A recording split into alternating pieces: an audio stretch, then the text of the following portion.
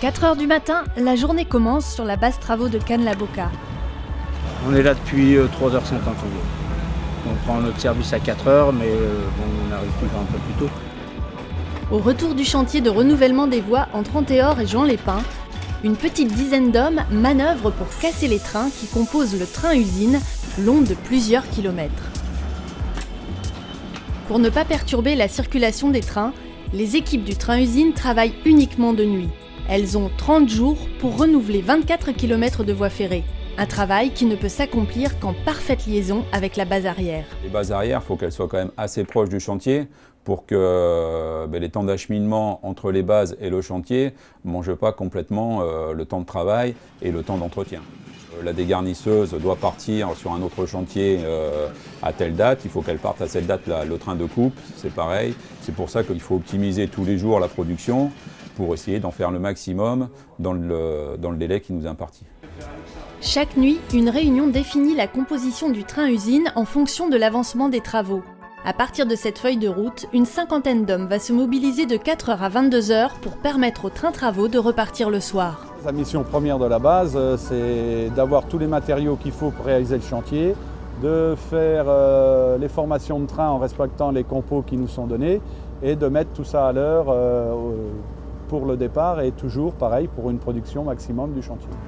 Enclavée entre les immeubles d'habitation et le bord de mer, la base de Cannes-la-Boca est la plus grande de la région. De la frontière italienne à Toulon, c'est la seule gare de triage à offrir les 10 000 mètres linéaires de voies nécessaires aux manœuvres des trains. Sa surface de 10 hectares est essentielle pour le stockage du ballast et des traverses. Chaque traverse fait 300 kg et on en met 32 par panier et il y a 5 paniers par wagon. 46 000 mètres de rails, 36 000 tonnes de ballast et 38 000 traverses seront utilisées. Pour mettre en place la logistique d'un tel chantier, il a même fallu installer la dégarnisseuse et une partie du ballast sur la base de Carnoul, à 100 km de là. À Cannes-la-Boca, tout le faisceau de voies ferrées est occupé. Dès 8 h du matin, la base arrière tourne à plein régime pour décharger les matériaux usés, stocker et charger le nouveau ballast et l'envoyer sur la rampe d'arrosage. Sur la voie d'à côté, le train de coupe passe à l'entretien, une opération indispensable qui demande 8 heures par jour.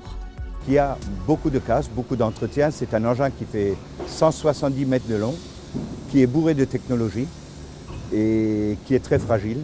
Et pour ce faire, il nous faut une zone de travail assez large, on le voit bien, parce qu'on a des engins élévateurs qui tournent autour, qui peuvent tourner autour, et on a 19 personnes qui travaillent ici. Quant aux matériaux usés, ils sont évacués quotidiennement du chantier. Les rails qui ont été récupérés au chantier, ils sont rechargés directement dans les camions pour repartir en fonderie. Tout ce qu'on dépose est recyclé en même quantité que les produits neufs.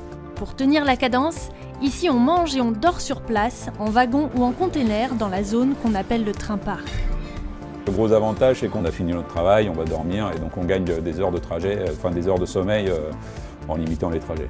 Le train-usine partira fin janvier, mais la base de Cannes-la-Boca fonctionne toute l'année dans les Alpes-Maritimes et l'Est varois, rayon d'action de la base. C'est une base qui est utilisée continuellement. Sur les 10 années qui viennent, on a un très fort taux de renouvellement de voies, donc de très forts moyens à mettre en œuvre. Donc une base comme celle-là sera indispensable. Sur la Côte d'Azur, il y en a très peu. Il n'y a finalement que celle de Cannes-la-Boca qui représente une vraie infrastructure pour pouvoir travailler. Dès 16 h, les équipes de jour doivent laisser la place aux manœuvres qui reforment les trains. Le soleil se couche sur la base et dans quelques heures, les trains repartiront pour une nouvelle nuit sur le chantier.